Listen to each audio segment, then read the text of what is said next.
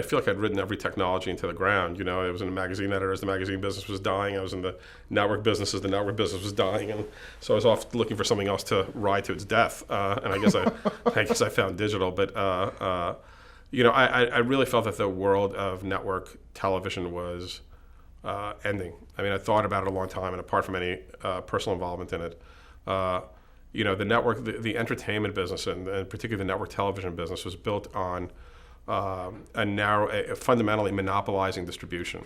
These are monopoly businesses that monopolize distribution. They monopolize the pathways to the consumer, and because that monopoly, they can charge an enormous amount of money from advertisers to reach those consumers. It was clear to me that we're entering a more democratic world from the standpoint of media, of many, many more choices and technology that makes monopolization of distribution impossible. I mean, when owning a television station is a big deal. You got to put up a stick. It's got to be on a hill. There's all sorts of stuff that has to happen for that to exist. Internet, any idiot can log on and upload and be his own distributor. And what that means is that the core business model that's determined the entertainment business and the television business for the last century, the last 60 years, 70 years, is dead. It no longer is relevant because if distribution is a commodity, and if anybody has access to distribution, it means that the billions and tens of billions, hundreds of billions of dollars that were invested in owning distribution, television stations, cable, whatever you want to call it, over time really has to be written down, that the value of those things has to decline because why would you own a television station? Why would I spend money, to put it in practical terms, why would I spend money on a cable bill if I can go to Hulu and get the shows directly? And that is indeed what's happening. So it means that the large entertainment companies, television as I knew it growing up and as I loved it growing up and as I was part of it as an executive, is going to die. It has to remake itself into something very, very different. And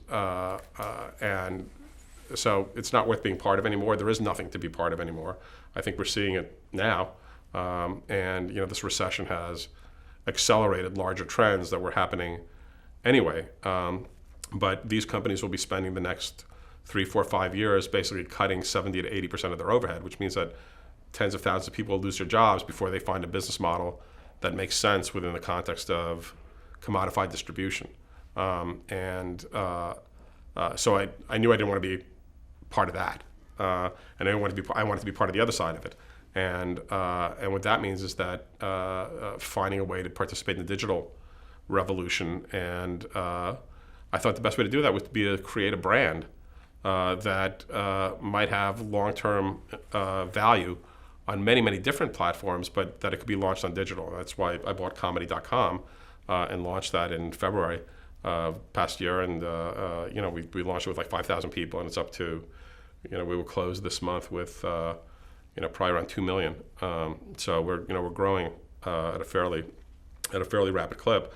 The challenge will be how to work it out financially, because the financial aspect of the internet is still not there yet in a way that allows for the same sort of revenue as the traditional TV business. So that's the challenge before us now. It's a purely business